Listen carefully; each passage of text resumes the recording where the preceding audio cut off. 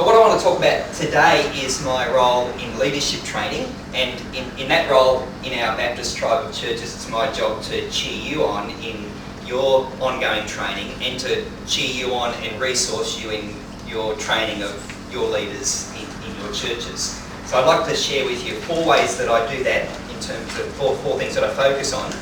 But first I'd love to share with you 2 stories that are significant for me and have helped capture my imagination for leadership training. The first is of Dr. Bilezekian, and you may have heard of Dr. Bilezekian or read something that he's written. More of you would have heard of one of his students, Bill Hybels.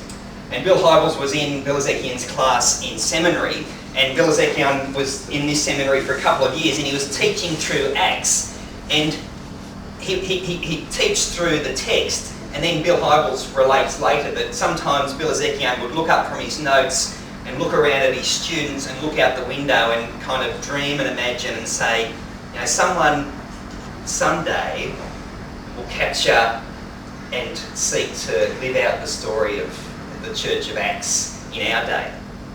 And as Bilezekian kind of dreamed about and painted that vision of living out the story of the early church in our context, Bill Hybels said that really captured his imagination for leading church in a new way that would connect afresh with their community.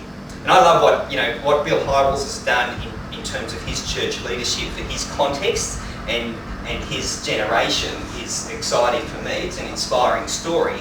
But in a way, Bilezekian's ministry and story is just as, or in fact more inspiring for me because of the way he inspired that in Bill Hybels' life.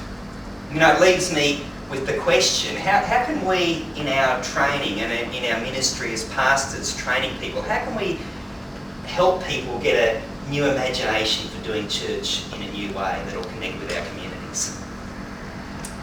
The other story that inspires me is the story of Rosa Banks. And you may know her story. Did I get that right? Rosa Banks or Rosa Bates? Parks. Leaky memory. Rosa Parks, thank you. So you will more likely know the story of Rosa Parks than Rosa Banks. I'll tell you about Rosa Banks afterwards over lunch. Rosa Parks, here we go, was, some of you will know the story. She basically stood up for justice by sitting down in that bus that rather than moving to the back of the bus so that white people could sit on her seat. She was standing up for justice by sitting down.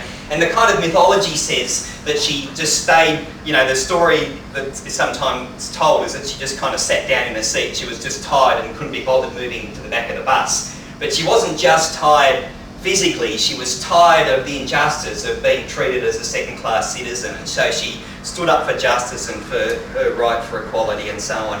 And that sparked the Montgomery bus boycott that was very catalytic in the civil rights movement in the United States. And so what Rosa Parks did in standing up for justice inspires me. But you know, something else that inspires me is that 2 or 3 months before that action, Rosa did some training at the Highlander Centre, which was a training centre for social advocacy and justice. And the particular training that she did was in helping African American people to be enrolled to vote, which was an important part of the process. And Rosa said, apart from the skills that she picked up at the Highlander Centre, she said it was the first time that she experienced equality between the races, using her words.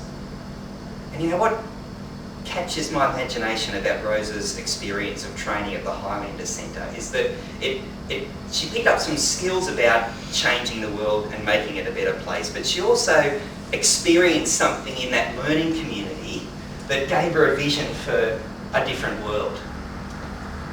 And that leaves me with the question for myself as a trainer and pastor, and a question for all of us as pastors, I guess, is how can we do training in a way that will not just help people change the way we do church, but that will help people change the way we change the world. And so those are stories that I often return to when I think about how to shape training in terms of helping people to think about how to do church differently, but also how to change the world that we live in.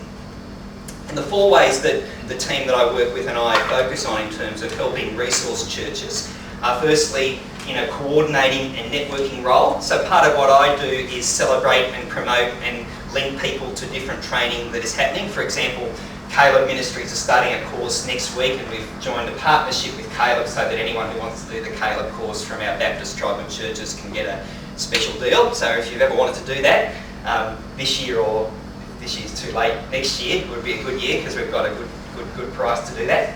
As another example, Forge Mission Training Network, who I also work with, are starting their training intensive soon, including an intensive down at Upwey Belgrave Heights. And you can do that intensive for credit at Whitley College, or you can do it just for its own sake in getting some in-service training in incarnational mission and so on. The second way I seek to resource and support local churches is through think tank type gatherings. And so, for example, once a month we're going to get together at the hotel pub down the road and just grapple together over a meal with a particular issue. The first one will be with John Capper from Tabor College, and he'll help us think about preaching in a digital age. We'll just have a meal together, cheer each other on, and grapple with that topic together. The third way we're helping resource churches is in supporting and training local leaders. So whereas Ross's training at the colleges at a particular, it's at different levels, but at an accredited level for leaders. Most of my training is more at a local church level and training secretaries and treasurers and youth ministry leaders and play group leaders and cheering on what other staff and pastors do in those areas.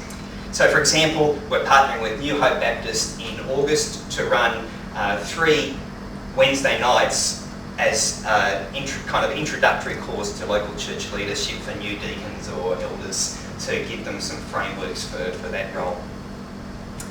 And finally, a very important part of my role and our team's role is to help resource regional and rural churches. And the main way we do that this year is through regional leadership development days. We're going to Bendigo at the end of March, Essendon, not that Essendon is rural, but sometimes there's not many conferences in the western suburbs, so we're doing a conference at Essendon on April 18. We're going to Sale in June and Warrnambool in August, and perhaps 1 or 2 others.